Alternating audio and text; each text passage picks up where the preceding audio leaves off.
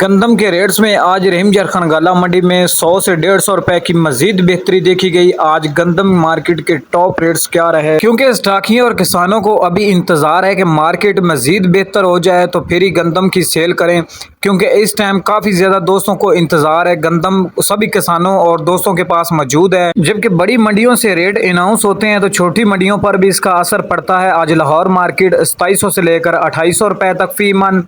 पिंडी इस्लामाबाद में आज गंदम की शरह बाजार 2850 से 3000 रुपए तक फी मन। रावलपिंडी में भी गंदम की शरह बाजार 2850 से 3000 रुपए तक फी मन। और अब बात करते हैं आज पंजाब के जो टॉप रेट्स रहे, जरा सुन लें। रहीम जरखान गला मंडी में आज गंदम की शरह बाजार अगर मिल क्वालिटी गंदम की बात करें तो 2825 से 2780 रुपए तक, और चक्की क्वालिटी गंदम 3000 से 2850, और जबकि टॉप क्वालिटी के रेट 3100 रुपए फी मन तक।